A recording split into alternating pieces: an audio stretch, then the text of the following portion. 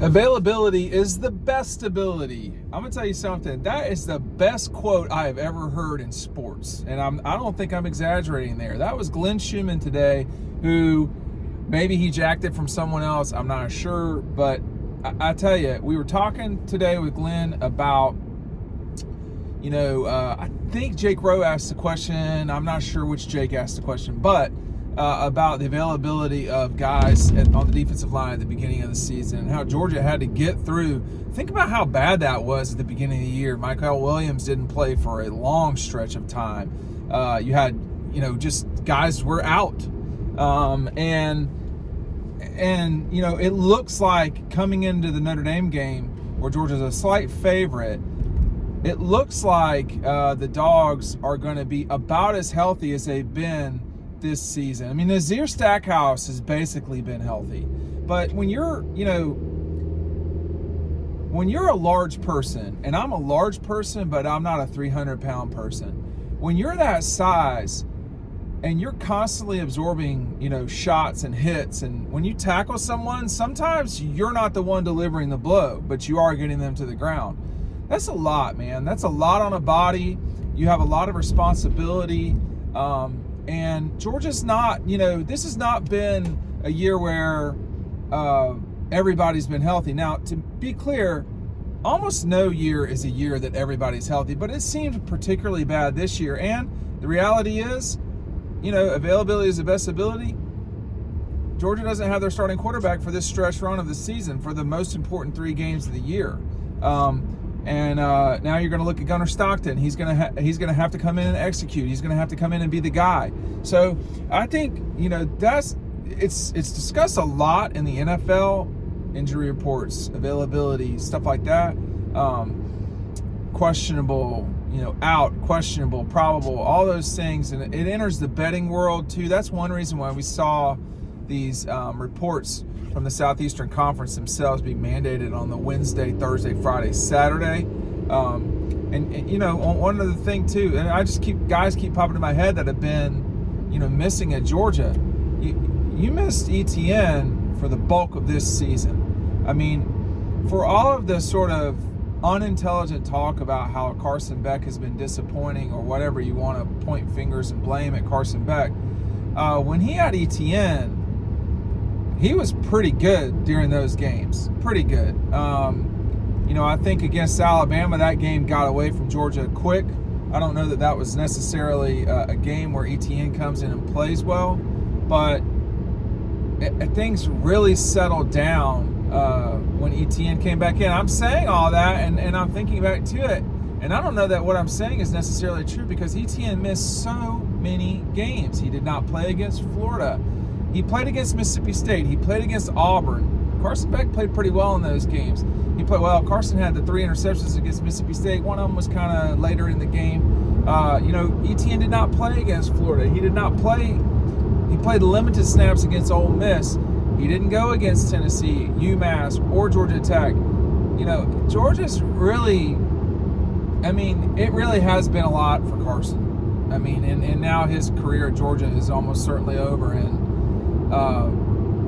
you see how injuries really affect football. Not that they don't in other sports. In basketball, I remember being at practice one time, and our starting 2 guard, these are terms, some of these terms you might not understand. Our scoring person, the person that scored the most, our conference player of the year from the year before, he was hurt. And then his backup got hurt. And I remember them both being at practice on the sideline, and coach was so pissed that they were both out that he was like, that was one of the worst practices, and it was in this type of weather in January. I remember it very well. And coaches, man, they want their guys to be able to play. You don't need me coming out there off the bench trying to score points. No. We don't need that. We need our best players.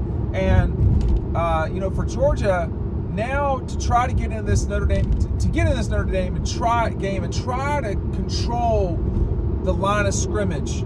Notre Dame now is going to be without one of their best players, a defensive lineman who really, according to the data from Notre Dame and listening to the TV copy and all that, their best defensive lineman, their plugger in the middle, he's gone. Well, he's gone. There's no question about that. The question is, was he their best player in the middle? He was very productive. That will kill Notre Dame. That will hurt Notre Dame in a very real way.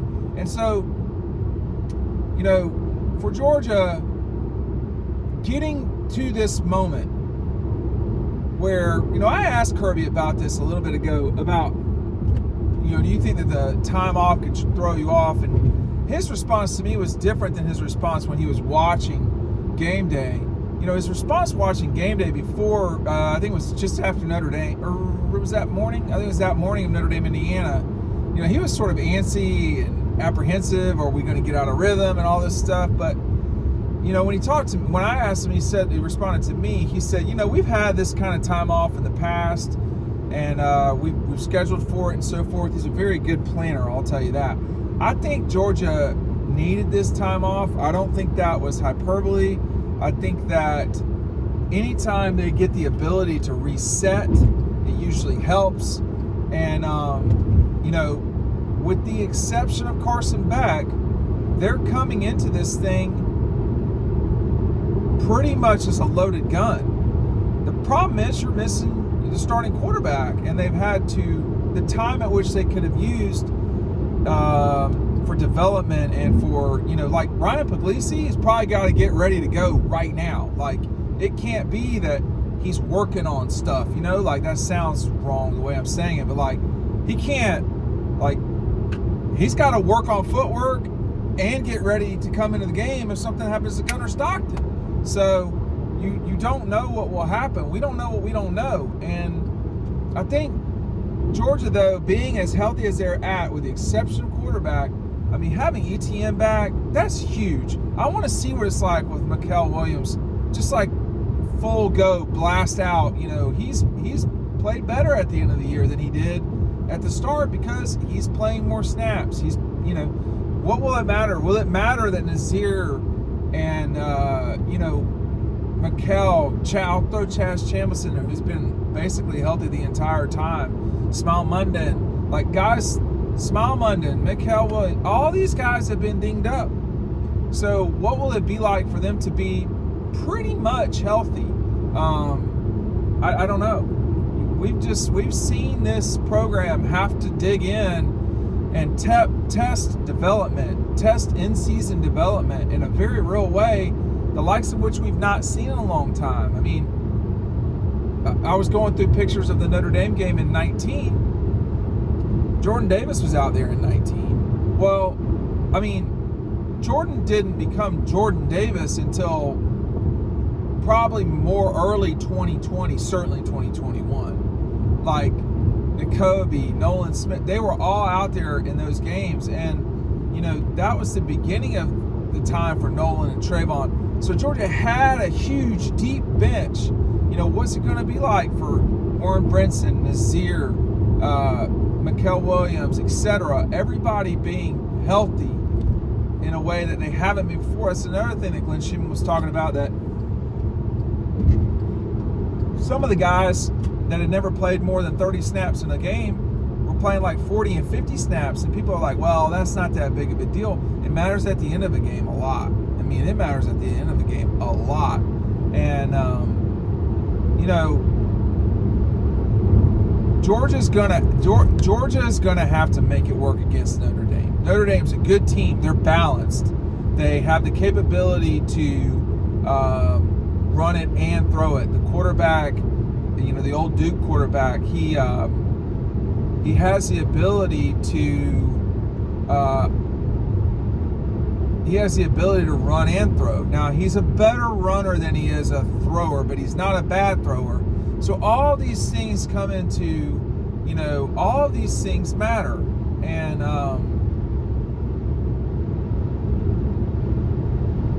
Notre Dame was very balanced against Indiana. And there's a lot of different ways to look at that Notre Dame game. So is it that, of the 4 games, Notre Dame's win over Indiana was sort of the least impressive. They didn't score 38 points. They didn't score, Indiana, I mean, they won the game by, like, it wasn't uber close at all. But, like, by the end of the game, like, Indiana was trying to figure out how to get into the game at the end. I mean, Notre Dame was the better team. They should have won. They won. And now, you know, Notre Dame played. It'll only be 10 days between the time they played and they got to play Georgia again. And, you know, Georgia's been chilling out since the 7th or whatever it was. So they will have 3.5 weeks, not 10 days. Does that make a difference? I mean, both teams have lost significant players in the most recent game they played. Georgia lost Carson Beck. Notre Dame lost their big-time defensive lineman whose name escapes me. Sorry. So I think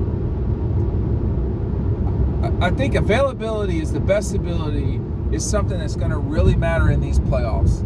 And stick with me as I tell you why. First of all, if you're not on our newsletter, you're missing out. It's free. The link is down below on all these videos.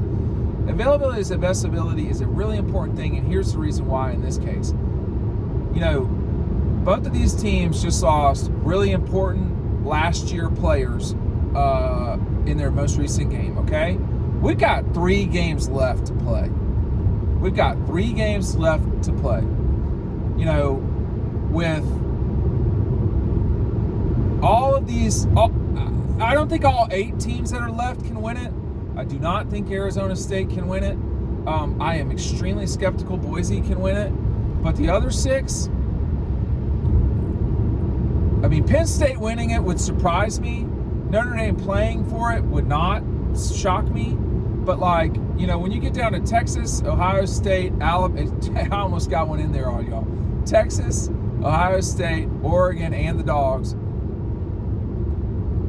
Those 4 being the supposed best 4, that makes sense. The problem is one of those is going to be gone this weekend, coming up with this week on Wednesday. So it's unfair, but we'll see what happens. But you're going to have to deal with this. Like, you're not just playing on New Year's and then you play again on the 10th.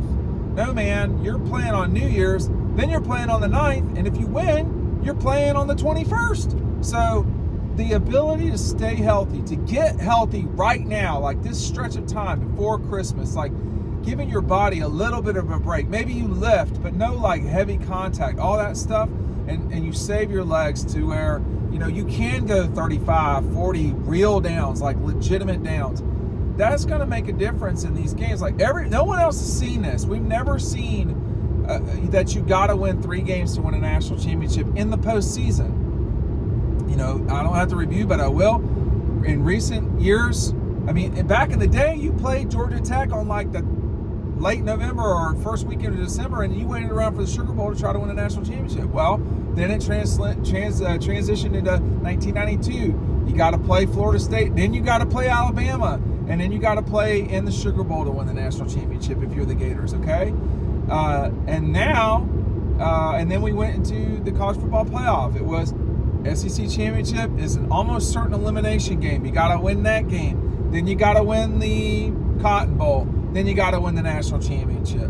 And now you're playing in the SEC championship game. Then you're playing in the Sugar Bowl. If you win that, or then you're playing in the first round if you're Texas. Then you're playing in the Peach Bowl if you're Texas. Then you're playing in the Cotton Bowl if you're Texas and you win.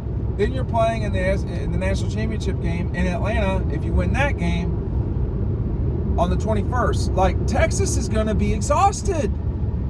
Texas is going to have to play 17 games to win the national championship. If things go well, Texas will have played 17 games, y'all. Quinn Ewers is hurt. The guy's got a banged up right foot, right ankle, whatever it is, right lower body extremity. I mean, like, this is going to be about, are you deep enough? Are you tough enough? The question at the beginning of the season for the message board masses was, you know, is Georgia practicing too hard? Because these guys are all getting hurt. Now I wonder, did they practice the way they needed to? And do they have calluses on their hands that they can form to where the grip is better? You know, back in the day, no longer. Back in the day, if you had calluses on your hands, you know, in basketball, it meant you were dunking a lot. You you're pulling the rim down and you develop calluses right here and then some through here. I still have calluses from tennis, from collegiate tennis. Did Georgia practice hard enough to where they have calluses on their hands? They don't need gloves to get through this postseason. We'll see. But its availability is the best availability. Glenn Schumann, kudos.